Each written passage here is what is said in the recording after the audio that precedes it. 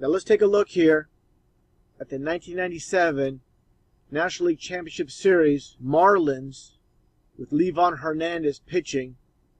And take a look at the strike zone, and you'll see exactly what I'm talking about. Later on, hopefully I'll get some footage of the Cubs game when it becomes more available online. Let's take a look at this footage right now. You can see the strike zone for Livan Hernandez and see how the umpires are giving him the call. This is against the Braves, again back in 1997. Now look at these pitches. Completely out of the strike zone. And umpire Eric Gregg is making all these calls in favor of the Marlins pitcher, Livan Hernandez. Completely ridiculous calls. And that goes to show how these umpires who are in the league, they're like senators in Congress. They're there for 20, 30 years, sometimes even longer. They want to control how these sporting events go. Completely ridiculous with these pitches with Livan Hernandez. And this is exactly, and you even heard Bob Costas saying it's nowhere even close to being a strike, and they call it a strike. During the 2013 season, during a live broadcast, this flashed in front of the screen during a live game. And this is the way the elite that control, again, every aspect of society, love to mock the masses with this being put out there. Now listen to what Joe Buck of Fox Sports says here. He talks about how he knows nothing about what these symbols mean. And he talks about the baseball gods. And knowing or unknowingly, those baseball gods, or supposed baseball gods, are nothing but the elite, again, that own and control all of professional sports. I have no idea what that means. Apparently, the baseball gods did know. Now, showing how the elite own and control all of sports, not, like I said, all of society, and including sports. Let's take a look at the NBA All-Star Game from 2015. Take a look at what we see here on the court, on both ends of the court. You can see that Star of Baphomet, the upside-down pentagram. And while people are watching, the millions of people are watching the game, this is how the elite like to put things in plain sight as a form of mockery, saying we own it all. You can see clearly that Baphomet, the inverted pentagram, the sign for Baphomet during the All-Star Game.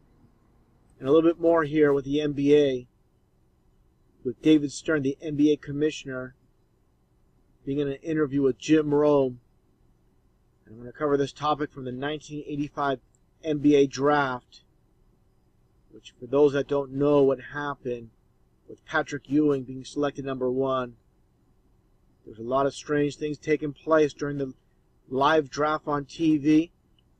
Before I show that footage, let's take a listen to what Jim Rome asked David Stern. He's won the draft lottery, which of course produced the usual round of speculation that maybe the lottery was fixed. I know that you appreciate a good conspiracy theory as much as the next guy. Was the fix in for the lottery? I have two answers for that. I'll give you the easy one. No, and a statement. Shame on you for asking.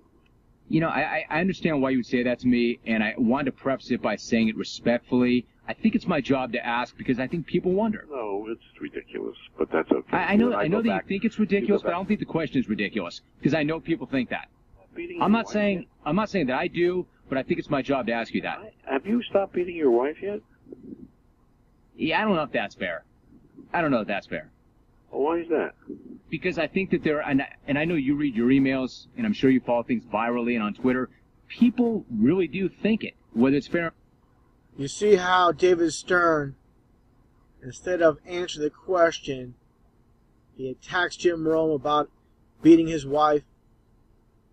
This guy is obviously being, put under the spotlight.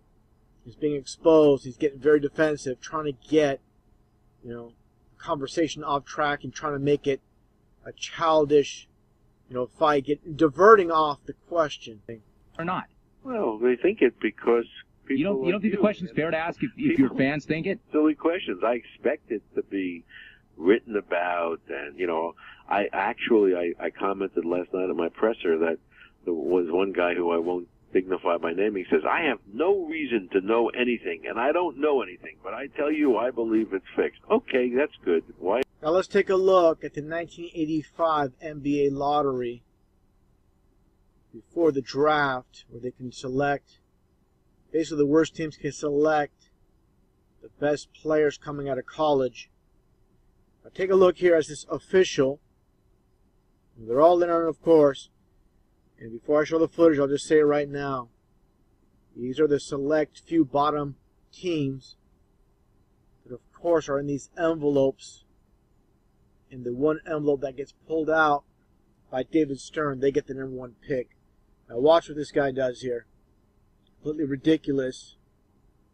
How he throws all the envelopes down, but bangs one on the side, inside this glass globe, so David Stern can identify it. Take a look.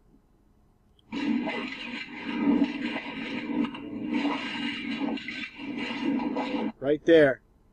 He threw it against the side really hard, so it can have a nice dent, so it can be identified from the other envelopes. Take a look again as he throws it in against the side hard. Now, why would he do that?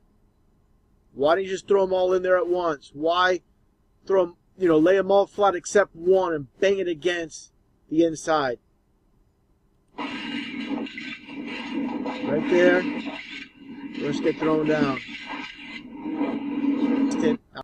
With laying them all flat and just that one being thrown down. Now I'm going to show this again, how he throws only one against the side, and the rest he lays down nice and gently. Again, the fix is on. Take a look. Nice and straight down, except that one. The rest goes straight down.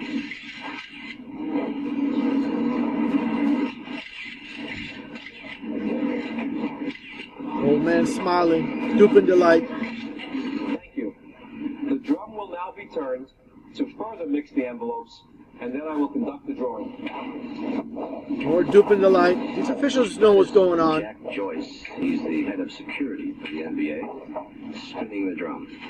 About 6 turns. Now look at David Stern here, and look at his face, where he exhales like he's a little nervous. Right here. Okay, now, he doesn't just pick up any particular envelope. He's looking for a specific one. Looking over, he found it. The one with the dent. The one with the dent in the corner. Is in this envelope. We'll have the first pick in the NBA draft.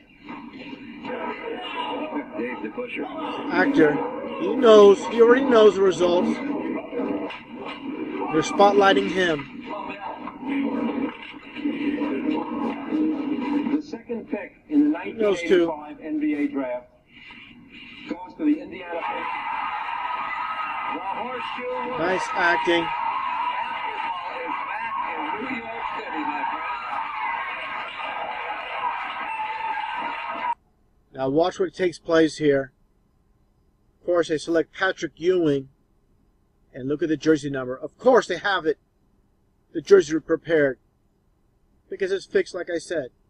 Show what you got in your hand. He has number 33 all printed up here. Number 33, all printed up. So you will make a call to you. Oh, yeah. I'd like to speak to him. And, Number 33, huh? Here's a photo with Patrick Ewing with that number 33 jersey. And, of course, orange as well. Orange, of course, is 33 in numerology. These people, these plants, they're all in on it. Patrick Ewing as well. He knows. And I cover this just about every video I make, but I do it again just for the new viewers, with 33 being the highest degree in the Scottish Rite of Freemasonry. That's why you get that 33. All these new stories, and with a lot of these company logos, they're going to have hidden messages. With this one here from Microsoft, you can see that 33 hidden in plain sight. On the music industry as well, which is Justin Timberlake, 3 and 3 equals 33. Hollywood, with Matt Groening of the Simpsons. Indy 500 with 33 cars. Of course, they have that checkered flag as well. And of course, the infamous power outage at the Super Bowl. The power being out for 33 minutes. This is their way, these Freemasons, saying we own and control it all. In this form of mockery, this is how they do it, all in plain sight. And take a look at this play with the Seahawks player giving the thumbs up, as in, go over me, miss the tackle, so I can go ahead and score. Completely ridiculous. If you can't see this, there's no help for you. Slow motion, thumbs up, player goes over the top. Again, there's the thumbs up. In this play here, after this missed tackle by number 33, player there comes in to score. This is the same play, just a little different angle where you can see the player score. Again, thumbs up. Goes up high over his helmet, and there you go. Touchdown.